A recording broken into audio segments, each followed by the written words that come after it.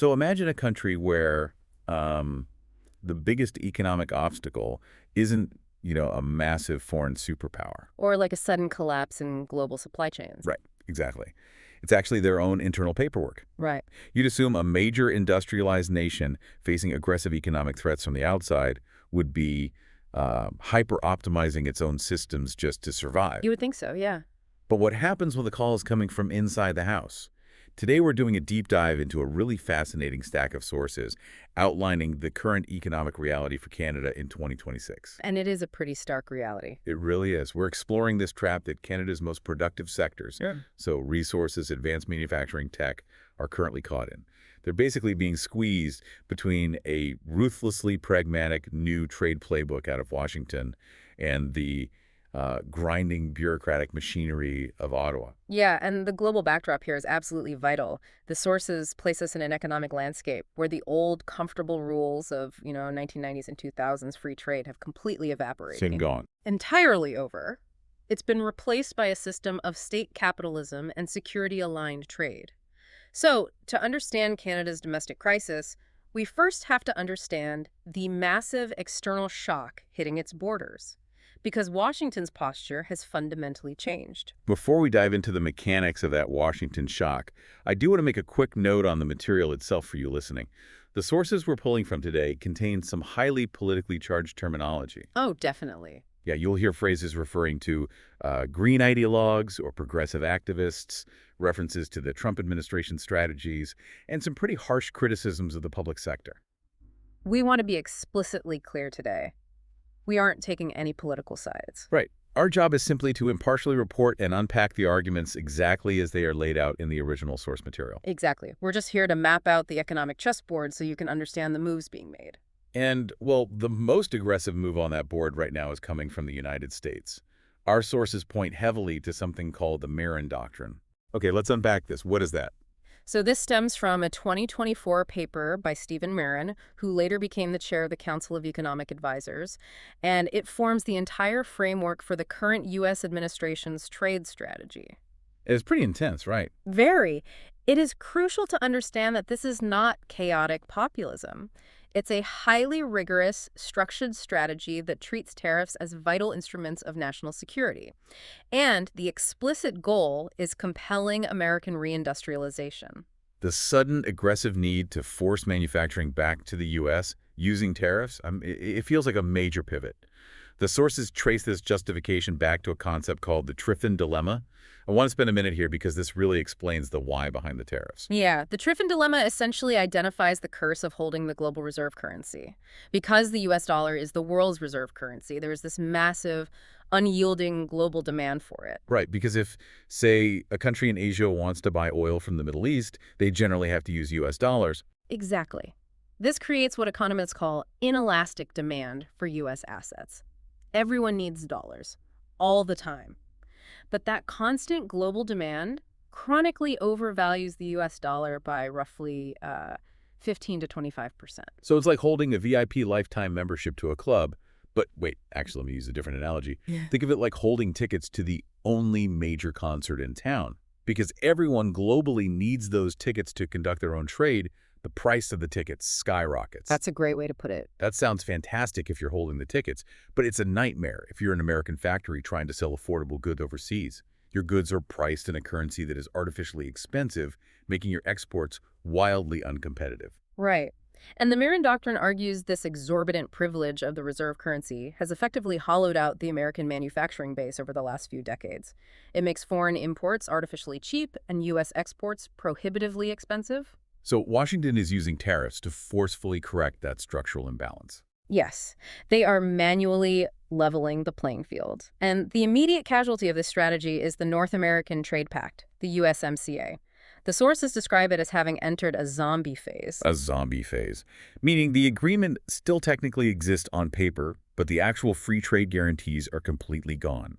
Market access to the United States is now entirely contingent on defense burden sharing and strict security compliance. Precisely. It's like having that VIP lifetime membership I mentioned earlier, but suddenly the bouncer informs you that you have to work the security door for 5 hours a night just to keep your perks. Now, the sources mention Canada trying to maneuver around this by adopting a globalist-ite approach, like seeking out trade deals with Europe or China to avoid this intense U.S. pressure. Isn't that a smart backup plan? What's fascinating here is that the sources argue it's actually a disastrous miscalculation.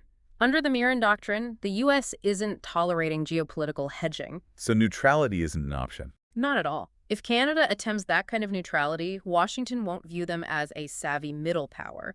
They'll be categorized as a non-favored ally, and the penalties for that are severe. We're talking high fixed tariffs across the board, but also specific geopolitical demands, right? Like the U.S. would demand Canada take on a disproportionate, massive financial burden for defending the Arctic Passage, effectively forcing Canada to stand alone in the crosshairs of U.S., Russian, and Chinese naval interests. Yeah, and the U.S. would also escalate intense scrutiny over Canada's financial system, specifically targeting something called snow washing. Snow washing. Right, which refers to transnational money laundering, where illicit international cash, often drug receipts or oligarch money, is parked in Canadian real estate or corporate shell companies. But the sources note Canada recently committed, what, $1.5 billion to stop this illicit money flow? They did, but the U.S. Treasury remains highly skeptical that Ottawa is actually motivated to crack down, primarily because that illicit cash artificially inflates Canadian GDP and props up a massive real estate bubble. Ah, I see. If Canada plays the globalist light card, the U.S. will hammer them on these financial vulnerabilities, essentially treating them as a security risk rather than a trusted partner. Okay, so you have this massive external wall going up around the U.S. market. If you're Canada, the logical response would be to hyper-optimize your own domestic economy. You streamline everything. You make it incredibly easy for businesses to build, innovate, and grow internally to weather the storm. Which brings us to the domestic capital strike. Exactly. Because the sources reveal an internal freeze that's doing the exact opposite. And this actually predates the new external tariffs from Washington. Let's look at the data, because the contrast with the U.S. is stark. Canadian labor productivity growth is sitting at just 0.8% annually. Wow. Yeah, that is less than half the U.S. rate of 1.9%. Investment per worker plummeted nearly 20% between 2014 and 2022. It boils down to a very grim reality for the average worker. A Canadian employee is receiving roughly 55 cents of new capital investment for every dollar an American worker gets. And while private investment starves, the public sector is expanding rapidly. Canada is carrying roughly 9 public sector employees for every 1,000 citizens. In the U.S., it's just 6 per 1,000. So you have a shrinking base of private capital struggling to support a growing administrative state. So what does this all mean? The text introduces the concept of the execution discount, which perfectly distills why this capital strike is happening. The execution discount. Imagine you want to build $1 million factory, but before you can even pour concrete, you have to wait 5 to 7 years for permits and pay a massive premium in red tape. Yeah, various permits, environmental reviews, indigenous consultations. Exactly. By year 5 of waiting for approval, inflation has eaten your construction budget, your supply chains have shifted, and your competitors in Texas or Ohio have already been operating their factories for 3 years. Huh. On paper, it's a great project. In reality, the execution discount makes it completely uninvestable. Because time is literally money in these projects. The regulatory compliance burden across the economy is estimated at $51.5 billion annually. That costs the average business owner 735 hours a year just navigating red tape. That is just exhausting to even think about. It really is. And a common defense you hear for this economic stagnation, and the sources address this head on, is that the root problem is just weak demand. The argument is that consumers simply aren't buying, so businesses aren't investing in building more capacity. It's a convenient way to blame the consumer rather than the system, isn't it? Absolutely. But the sources forcefully refute that premise. Weak demand is a symptom, not the root cause. When you suffer through a decade-long capital strike, you get 3 consecutive years of declining real output per person. Incomes stagnate. People get poorer. Of course demand is weak. The economy has manufactured its own shortfall by making it nearly impossible to invest, build, and grow real wages. That begs the question, though. If the system is this cluttered, slow, and actively hostile to growth, who is actually winning? Because systems don't stay this dysfunctional unless someone is profiting from the dysfunction. The sources point to an entrenched domestic coalition that thrives on the execution discount. They describe it as a corporate statist culture. dominated by what they call a modern family compact. That sounds like a 19th century colonial aristocracy. Functionally, it operates with a similar gatekeeping mentality. It's a coalition of oligarchic corporate incumbents, foreign lobbies, registered influence peddlers, and ideological activists. An interesting mix. Yeah, and their unifying tenet is that they prioritize and reward political access over actual commercial performance. They use the machinery of the state to insulate themselves from the free market. Let's trace how they actually maintain this capture, because the text outlines 4 specific mechanisms. Starting with slowing down capital. We just talked about the permitting process, but the specific critique in the text isn't that environmental or community reviews exist, right? Right. The problem is that they exist without a statutory clock. When a regulatory review process has no firm deadline, it ceases to be a process. It transforms into a distributed veto. Meaning anyone can just hit pause indefinitely. Exactly. Anyone who wants to stop a project, whether it's a competing business, an activist group, or a bureaucratic agency, can simply drag the review out until the capital gives up and leaves. Then you have the second mechanism, which is diluting incentives. The sources point to the weaponization of the tax code, like raising capital gains inclusion rates. This actively penalizes the entrepreneurs and investors who take the massive risks required to build new companies. Essentially telling them that if they succeed, the state will claim a larger share of the reward. But if they fail, they absorb all the risk. All right, which creates an environment where it's safer to be an administrator of an existing protected company than a builder of a new one. And that leads directly to the third mechanism, how they protect incumbents. They use regulatory moats to lock out new competition. A textbook example of this in Canada is supply management. Supply management.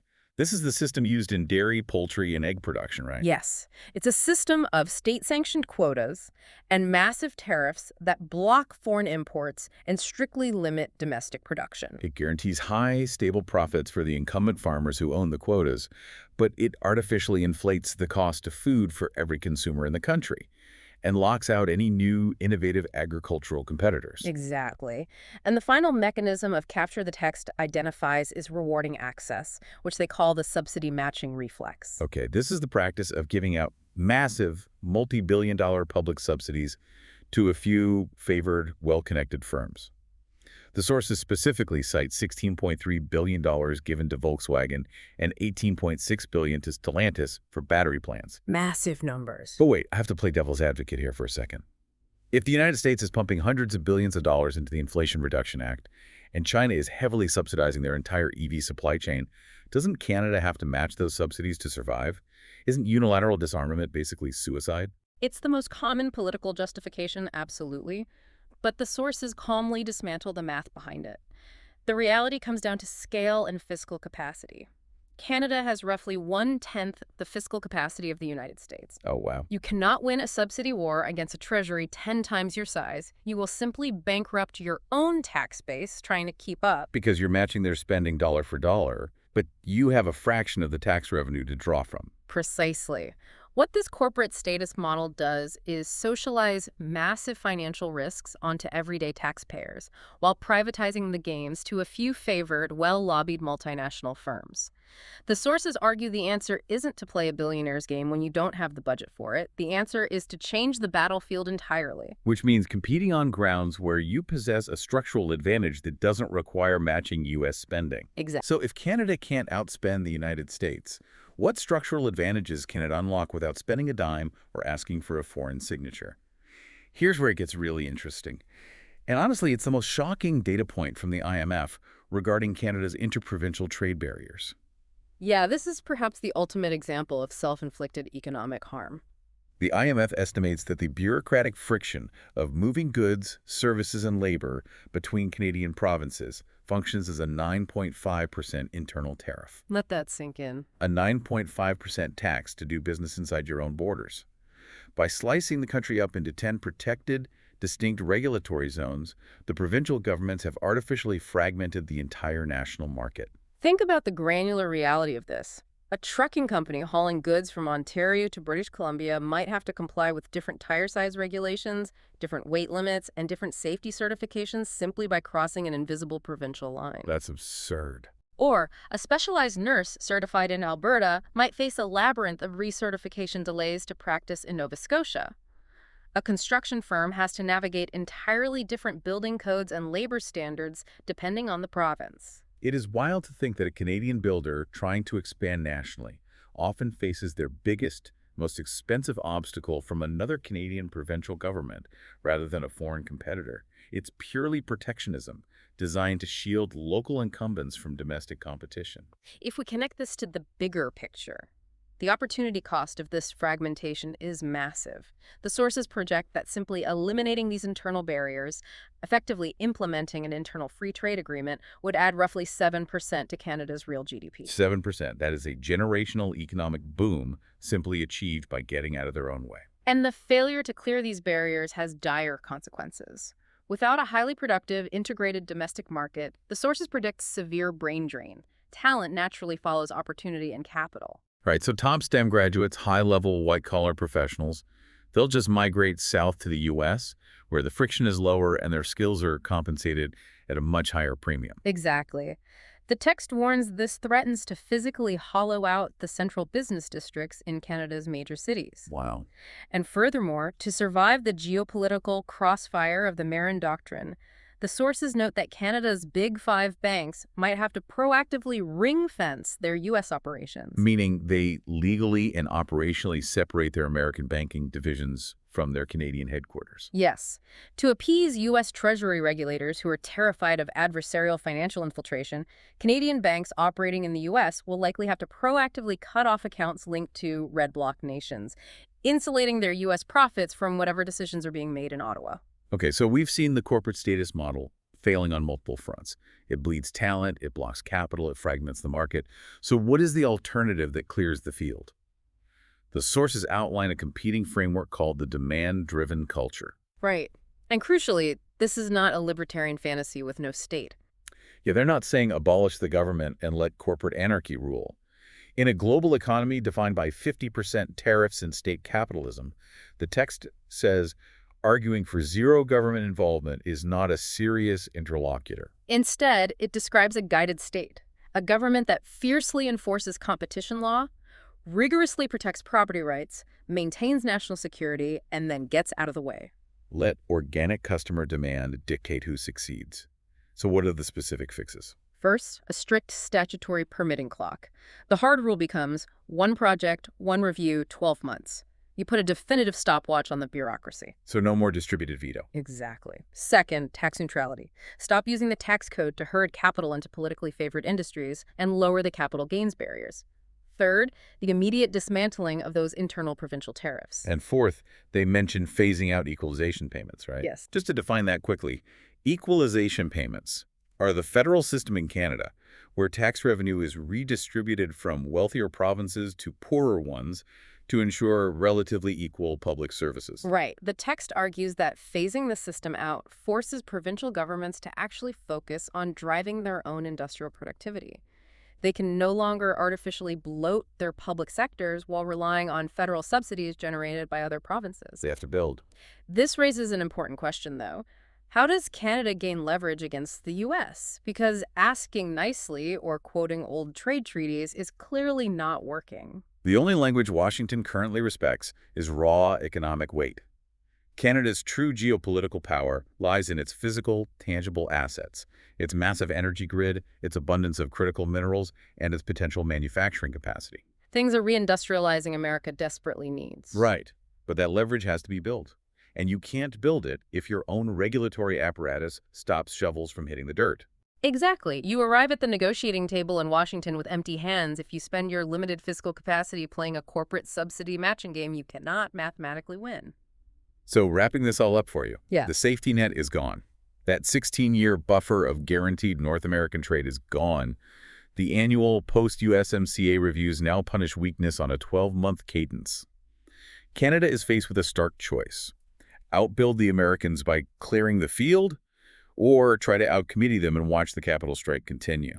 It really is a profound inflection point. And there's a final unmentioned implication to mull over, building on the text's theme of the execution discount and brain drain. Let's hear it. If capital and human talent naturally flow to where friction is lowest, what happens to a nation's cultural identity when its most ambitious risk-takers are forced to export their own potential just to be allowed to build? Does a country that continually penalizes its builders eventually become defined solely by the administrators left behind? A nation of administrators managing an empty field. That is a heavy but vital thought to leave you with. Thank you for joining us on this deep dive. Remember, staying well informed means looking past the paperwork and asking who really benefits from the red tape. We'll catch you next time.